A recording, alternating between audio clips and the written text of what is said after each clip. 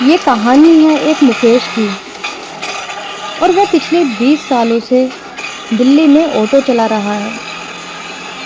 वो दिल्ली का चप्पा चप्पा जानता है और सभी इलाकों से गुजर चुका है। लेकिन दिल्ली में एक ऐसी जगह है जहां वह कभी नहीं जाता। वो है दिल्ली में स्थित दिल्ली कंटोनमेंट यानी दिल्ली कैंट। करीब 8-9 साल पहले देर रात वह एक पैसेंजर को रॉयल पाम सोसाइटी में छोड़कर वह घर वापस लौट रहा था। पूरा रास्ता सुनसान जंगलों के बीचों बीच बना था।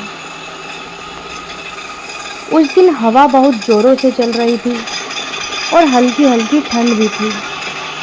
वो किशोर कुमार का गीत गुनगुनाता जा रहा था कि अचानक उसकी ऑटो के सामने एक औरत आई। उसने झटके से ऑटो रोकी और माफ़ी मांगने के लिए उतरा, मगर वहाँ दूर दूर तक कोई नहीं था। उसे लगा कि उसकी आंखों को कुछ धोखा हुआ है, तो वह ऑटो में वापस बैठ गया। जैसे ही उसने ऑटो स्टार्ट की, एक बूढ़ी सी औरत उसके बगल में आकर खड़ी हो गई और उसने उससे कहा, थोड़ा आगे तक चलोगे? और पीछे बैठ गई। उस औरत ने फटे पुराने कपड़े पहने थे और एकदम मिट्टी से लिपटी हुई। उसका चेहरा उसके बिखरे बालों से छुपा सा हुआ था। उसे अजीब सा लग रहा था कि रात के 3 बजे इस बूढ़ी औरत को कहाँ जाना है। उसने उससे पूछा, मैडम कहाँ जाना है आपको?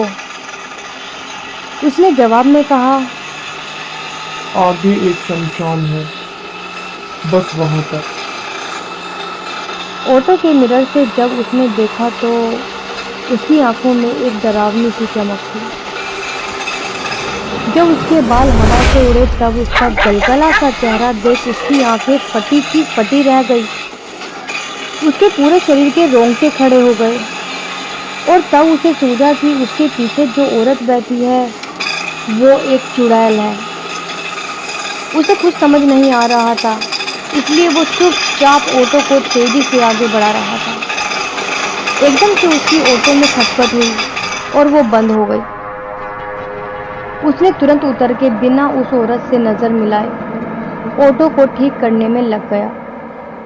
जैसे ही उसने ऑटो ठीक करके ऑटो स्टार्ट किया, तब उसने देखा कि वो औरत उसकी पीछे वाली सीट पर है ही नहीं। तभी उसके बगल में एक ऑटो गुजरा जिसमें वही औरत बैठी थी। वो उस इलाके से जैसे तैसे निकलकर अपने घर पहुंचा और सीधे जाकर सो गया।